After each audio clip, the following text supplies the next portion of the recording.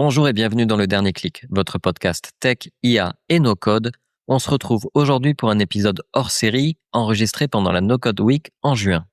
Lulu reçoit une personne de la communauté No Code pour vous la présenter et lui faire tirer une question surprise à laquelle elle doit répondre.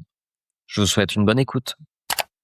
Alors, bonjour et bienvenue dans Le Dernier Clic, le podcast Tech, IA et No Code où on prend le temps de réfléchir à notre rapport au numérique et comment on va aborder ce monde qui change sans cesse.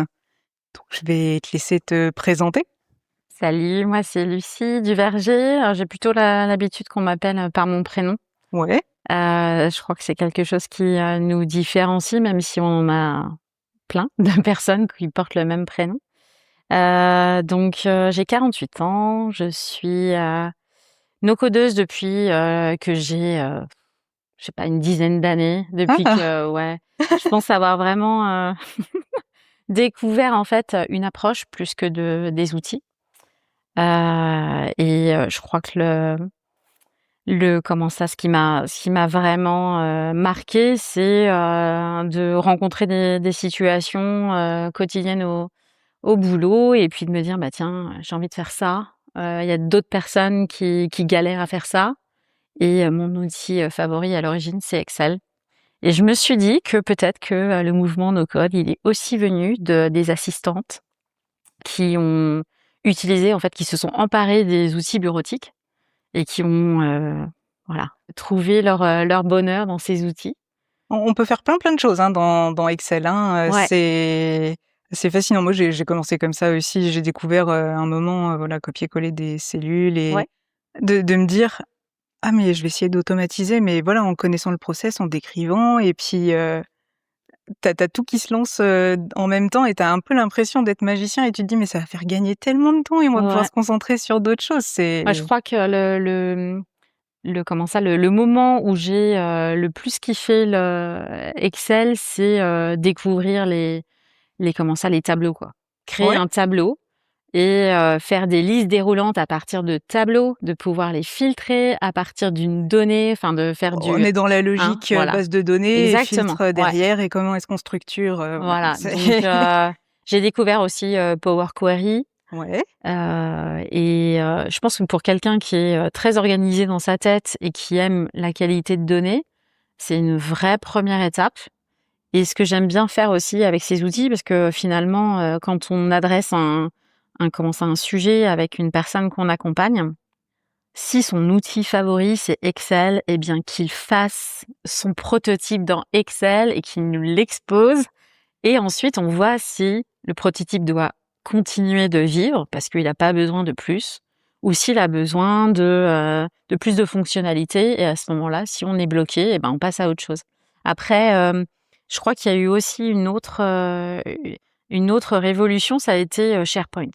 ouais. Parce qu'en fait, la collaboration, pour moi, c'est quelque chose de magique. Les gens sont souvent en train de faire leurs petits trucs dans leur coin, ne mettent pas en commun les ressources.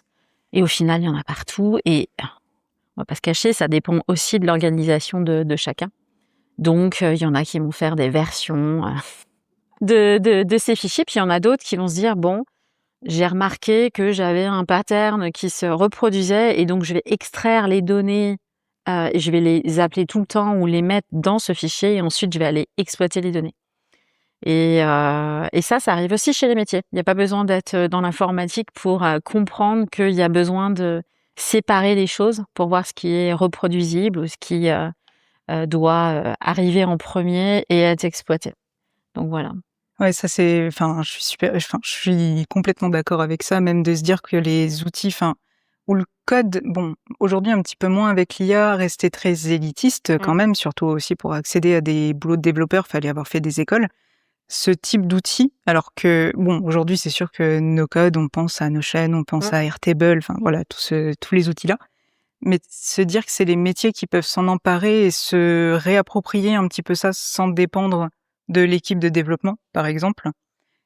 C'est et j'étais aussi très, très d'accord avec ce que tu disais, comme quoi si quelqu'un aime bien Excel et se sent bien dans Excel, l'outil qu'on va choisir à la fin ne doit être qu'un moyen de répondre à un besoin humain et c'est là qu'on retrouve l'outil, qui est vraiment au service d'eux.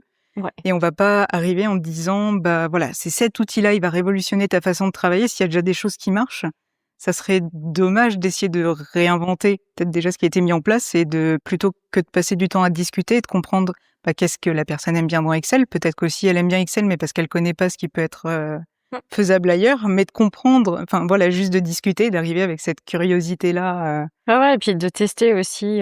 Donc moi, je fais de la conduite du changement. Et ce qui m'intéresse en fait, c'est de faire converger dans la transfo digitale, de faire converger l'humain avec le numérique et pas l'inverse. Oui. Donc, déjà, en faisant ça, c'est plus facile pour faire adopter le changement.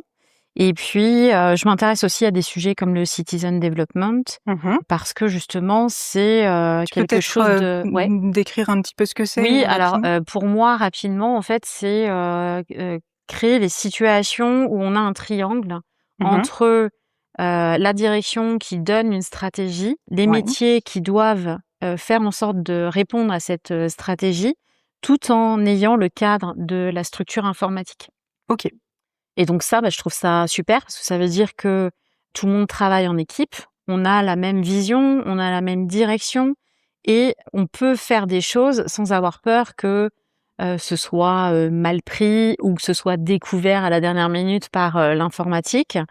Et puis, on va pas se cacher, hein, mais quand dans les équipes informatiques, on a des roadmaps et de la dette technique et que les métiers viennent avec des supers idées, mais c'est pas le moment, du coup, c'est le métier qui en pâtit et au final, il est incapable de répondre à la stratégie de l'entreprise. Enfin bon, il y a des cercles comme ça, des boucles infernales et je trouve ça dommage en fait de pas se focaliser sur les conditions. Quelles sont les conditions qui doivent être mises en place pour offrir cette opportunité de faire de l'innovation aussi de pratique dans les entreprises.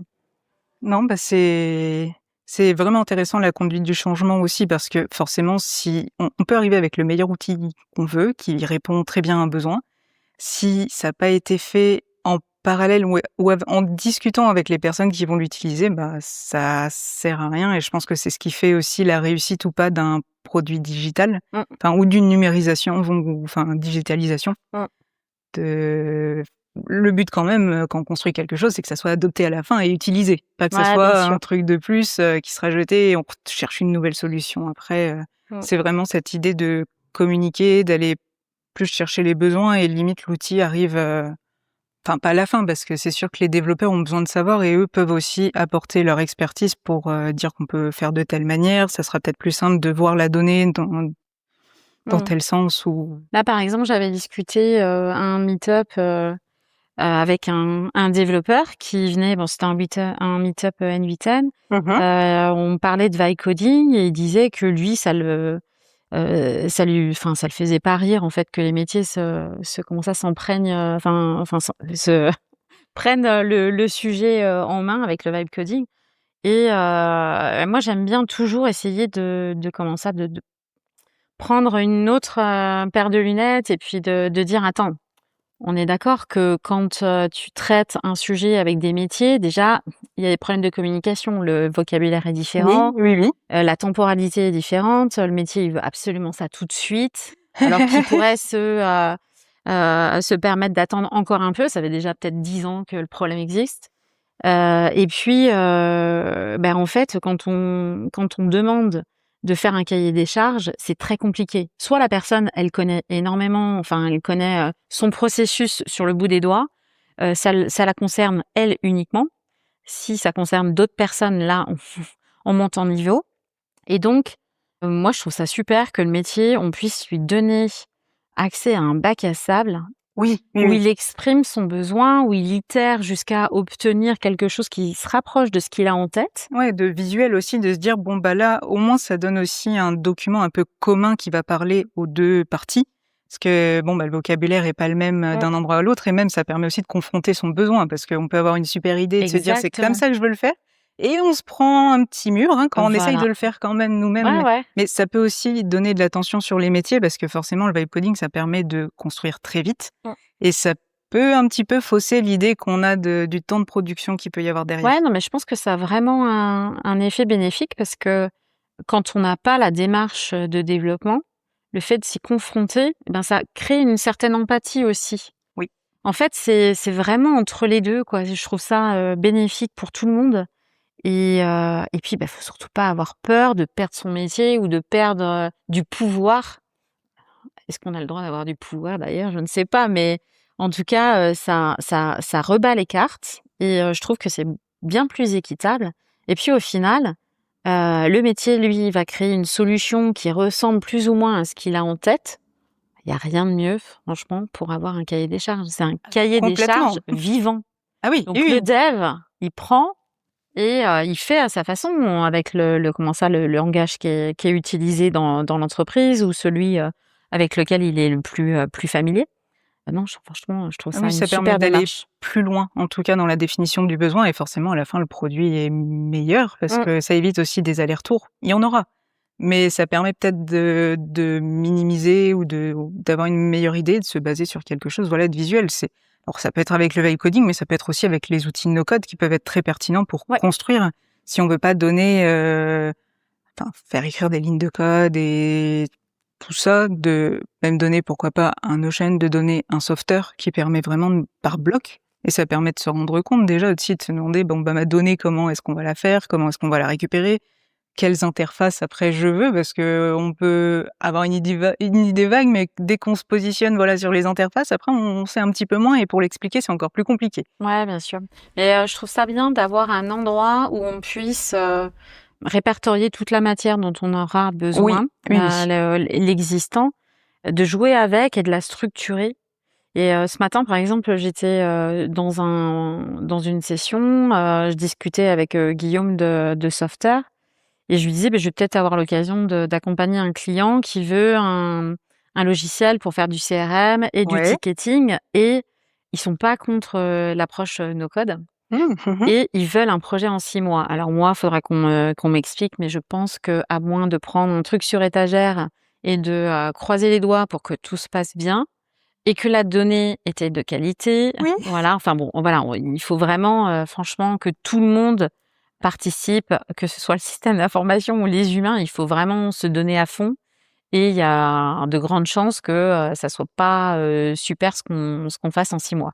Par contre, ce que, peut-être que je vais parce ils sont pas contre, l'approche no code, donc comme ils ont pas de CRM, ça veut dire qu'ils ont pas de référence. Mmh. Le fait de créer, peut-être une application sur Software pour déjà commencer, récupérer la matière, l'organiser, voir comment, se l'approprier, rajouter la logique, les workflows et cetera.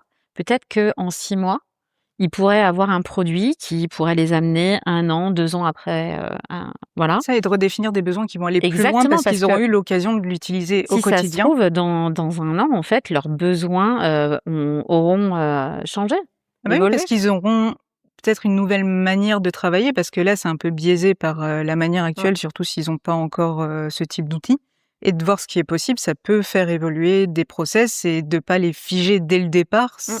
ça reste quand même pertinent. Non, mais les tester en conditions réelles, moi, je trouve ça, juste fabuleux, quoi. Ouais. Ah ouais. Donc voilà. Bon, je vais te laisser tirer ta Ah oui, petite ma question. question, c'est Ouais, vrai. ouais, c'est vrai parce qu'on discute, Bah oui, oui. c'est super intéressant, donc je vais te laisser le lire Alors, dans ta tête ou à voix OK, haute, qu'est-ce que tu continues à faire à la main parce que tu kiffes?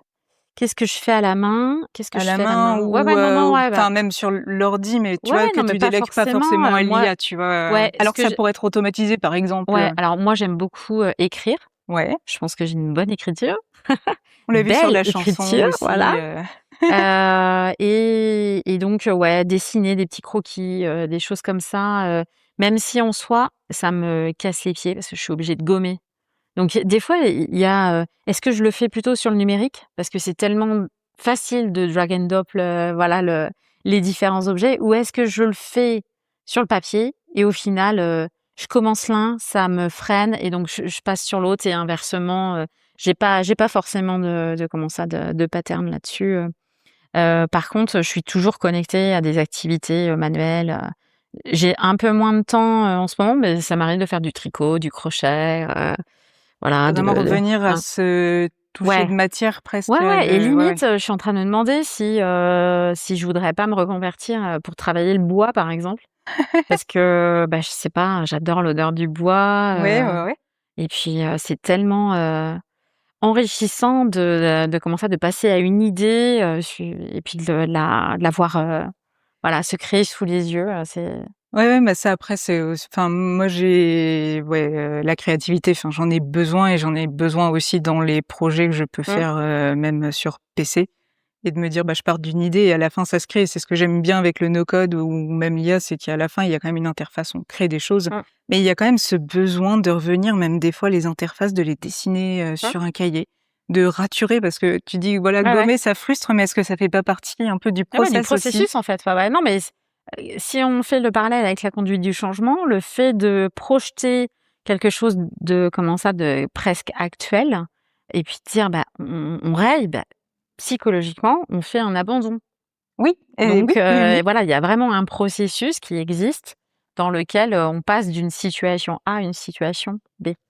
Non, mais c'est super intéressant parce que même, enfin, même avec les précédentes personnes, de revenir avec, du papier crayon, en fait. Ouais, Juste réfléchir et de revenir aux bases et de presque être là devant notre feuille avec pas de distraction autour. C'est ce que j'aime beaucoup aussi avec les activités manuelles, d'être là un peu mmh, dans sa bulle. Le temps s'arrête presque et je trouve que ça nourrit aussi tout le reste. ouais. Parce que quand on n'en fait pas assez et je me dis que les outils doivent être un peu au service de ça pour nous permettre de passer plus de temps. C'est là que j'avais adoré ce que Mmh. Yulia avait fait pour qu'elle, ça lui permette de faire plus de musique derrière et d'utiliser Nuiten, pour trouver des dates de concert.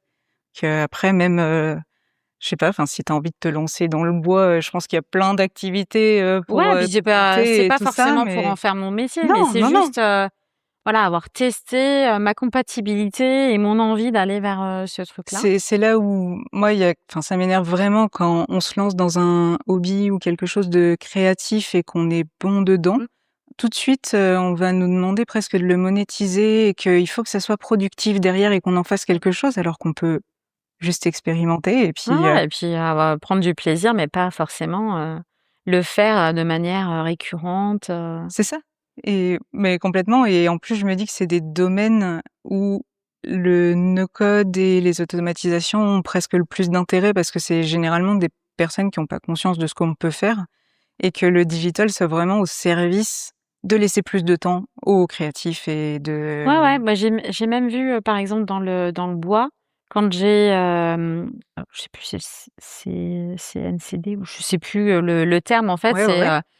la machine qui aide, comment ça? Enfin qui dirige, le matériel sur la matière et qui, défonce par exemple le bois, ou utilise le laser pour faire des formes ou des comment ça? Bah, de la détruire la matière, mais pour, révéler quelque chose et je trouve ça super parce qu'en fait mais c'est un peu je pense que c'est un peu ça aussi que j'aime dans le no-code, c'est que de permettre à la créativité d'avoir, comme une béquille ou quelque chose sur lequel on peut se reposer, qui est, de l'ordre de la technologie, pour aller plus loin ou même commencer à faire quelque chose. Voilà, Complètement. c'est donner l'accès, faciliter l'accès pour faire quelque chose, donner vie à sa créativité. Ça et de partir d'un matériau brut Mmh, et ça peut être, bah, des personnes, un métier, une manière de travailler et de voir comment est-ce qu'on peut travailler cette matière-là. Mais c'est là où voilà, on peut pas juste arriver avec un outil et dire: «Bah, maintenant utilisez ça et ça va révolutionner votre travail». Il y a quelque chose qui est là, il y a des choses à révéler et je pense que dans la conduite du changement, c'est ce qui est aussi intéressant d'aller discuter pour gratter la surface et essayer de voir, le problème qui est vraiment là au fond et mmh. de trouver ce qu'après tu vas trouver pour sublimer ça et Ouais, les faire s'exprimer encore mieux comment les gens vont travailler. ouais. Mmh. Ouais, ouais. Je pense que ça peut être une belle, conclusion. OK. Hein, merci Bah, beaucoup merci. Lucie et puis, on va bien profiter de cette dernière journée encore, Voilà, c'est ça, hein. chaude, la Ouais, journée. chaude là, ouais, Ouais. c'est ouais. Bah, merci et puis à Merci bientôt. beaucoup.